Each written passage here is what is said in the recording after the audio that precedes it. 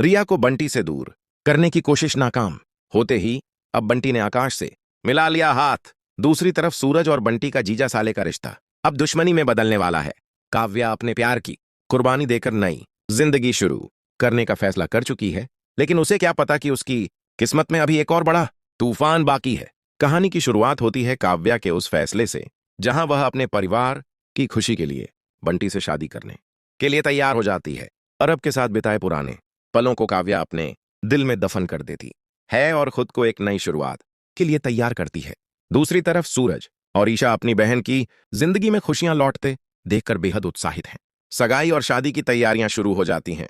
सूरज होने वाले जीजा बंटी के लिए शानदार सेहरा और शेरवानी तक तैयार करवा देता है। घर में हर तरफ शादी की खुशियां दिखाई देने लगती हैं। इसी बीच पंडित जी काव्या और बंटी की कुंडली मिलाने के लिए घर पहुंचते हैं, लेकिन कुंडली देखते ही उनके चेहरे का रंग बदल जाता है। दोनों की कुंडली में बड़ा दोष निकलता है। पंडित जी बताते हैं कि शादी पूरी होने तक घर में अखंड दीपक जलाना बेहद जरूरी है। अगर दीपक बुझ गया तो शादी में बड़ी बाधा आ सकती है। ईशा और सूरज मिलकर अखंड दीपक ढूंढने लगते हैं। काफी तलाश के बाद ईशा को वह दीपक एक बड़े संदूक के अंदर दिखाई देता है। जैसे ही वह उसे निकालने की कोशिश करती है, अचानक उसका पैर फिसल जाता है। ईशा खुद को संभालने के लिए सूरज की शर्ट पकड़ लेती है और दोनों एक साथ संदूक के अंदर गिर जाते हैं। इस दौरान दोनों के बीच एक प्यारा और रोमांटिक पल देखने को मिलता है।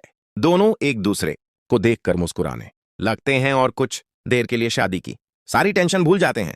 इसके बाद घर में हल्दी की रस्म शुरू होती है। ईशा और खुशबू भाभी मिलकर काव्या को तैयार करती हैं और उसे हल्दी लगाती हैं। दूसरी तरफ सूरज भी बंटी को हल्दी लगाने के लिए बेहद उत्साहित होता है, लेकिन सूरज को क्या पता था कि जिस घर में कुछ देर पहले तक खुशियों का माहौल था, वहां जल्द ही तनाव फैलने वाला है।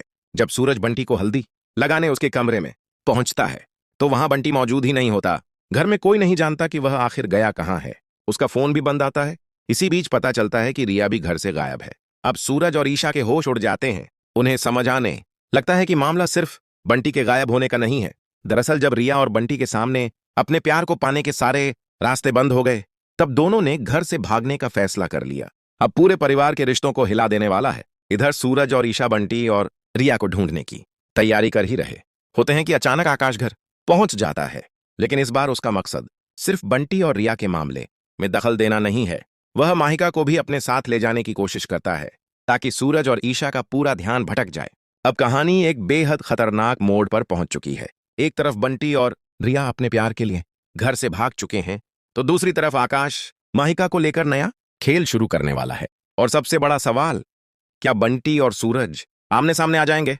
क्या सूरज बंटी को रिया के साथ भागने से रोक पाएगा? और क्या आकाश इस मौके का फायदा उठाकर ईशा और सूरज की जिंदगी में फिर से तूफान खड़ा कर देगा? आने वाले एपिसोड में कहानी का यह नया मोड़ बेहद दिलचस्प होने वाला है।